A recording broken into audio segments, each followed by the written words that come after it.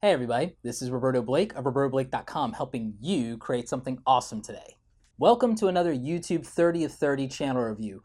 In this series, I'm reviewing channels from 30 YouTubers and I'm telling you what they're doing awesome and also giving them some tips on how they can improve. This entire series is sponsored by our friends over at TubeBuddy, who make a great browser plugin that's helping me audit these YouTube channels. It's something I use for my paying clients. You can use the TubeBuddy browser plugin to find out how you're ranking in YouTube search, what your competitors are doing, and when the best times to upload your videos are. There are a ton of great features and tools in TubeBuddy, and it's something that I use here regularly on the channel, and it is my secret weapon when it comes to dominating YouTube search. So make sure you're checking out that plugin at tubebuddy.com/awesome. Links are in the description. So let's go ahead and jump into today's review.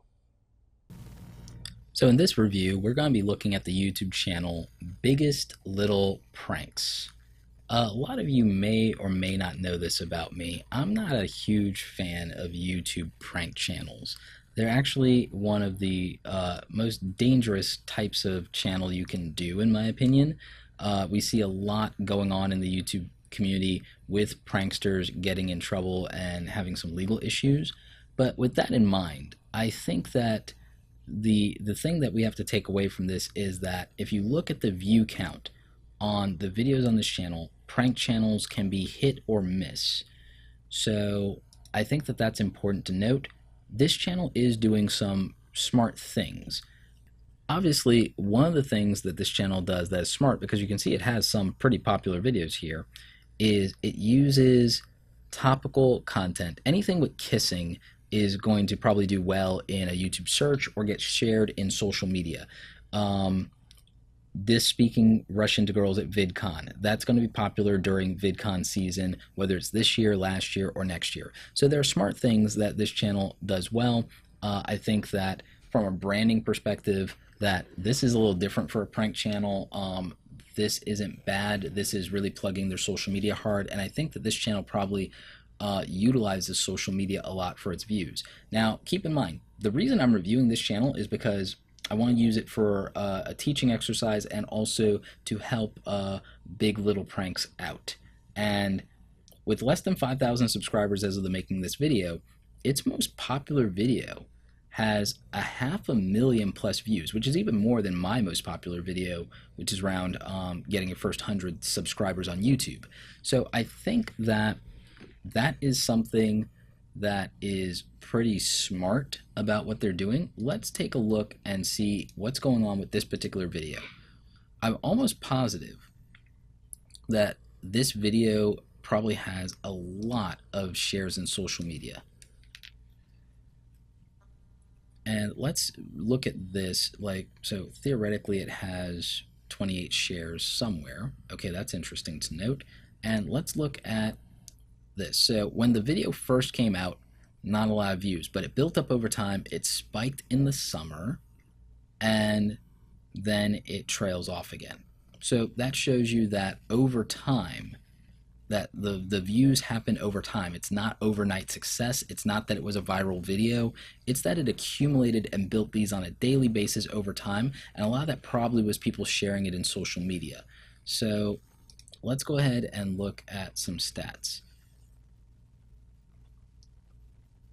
And it looks like wherever those 28 shares came from, it wasn't shares maybe in Facebook or in Twitter. It was probably something else. So that's interesting.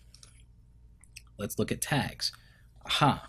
Well, we definitely know that this video's traction probably came from shares and eventually from a little bit of search based on search for the brand, because this does not indicate that there's much search value at all for this video for it to get 500,000 views.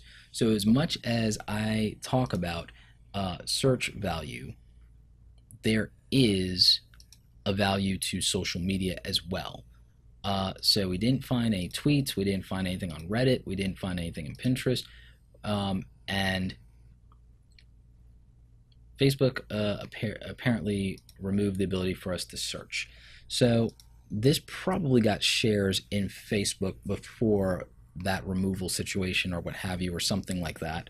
or shares in some other social media platform, and that's where a lot of the attention and the views came out. And then I bet you what happened was people told their friends, word of mouth, and then that's where a lot of these other views came from. So word of mouth, even outside the internet, still matters. I think that what would help this channel in general, if this is the habit around how it makes even its best videos, I think that trying to get something out of search for pranks or for the type of pranks they're doing or the titles would definitely matter.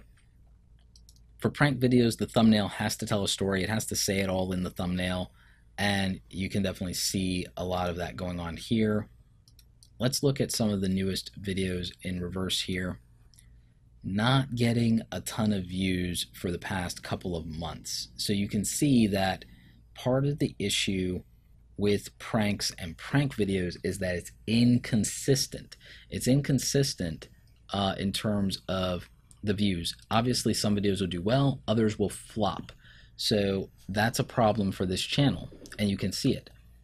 I would have thought that this creepy Easter bunny scare prank would have done a lot better. That's interesting, and the thumbnail kind of says it all.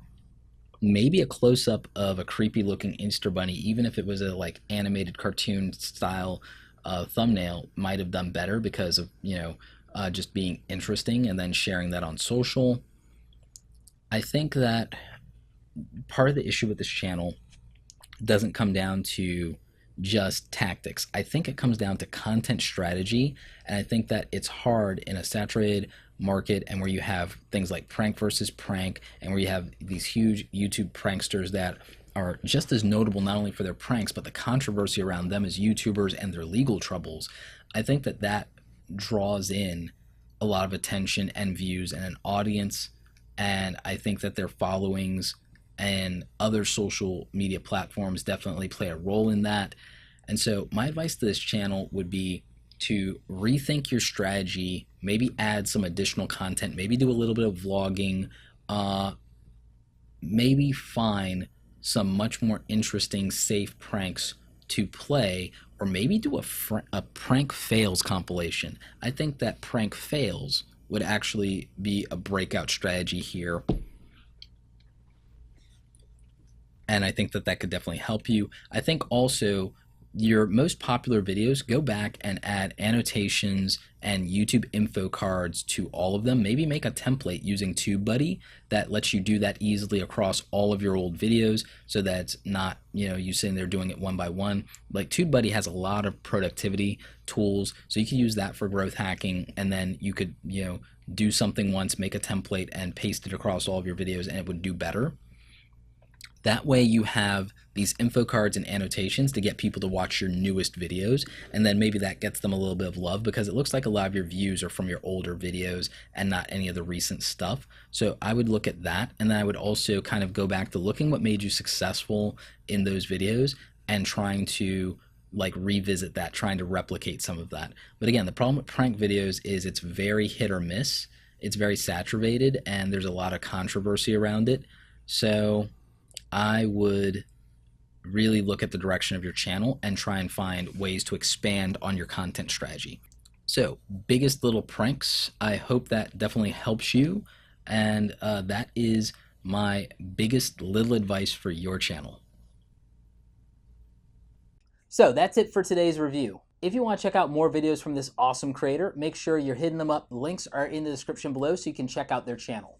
There were a lot of great tips in this review. Maybe they can actually help you improve your YouTube channel if you're doing something similar.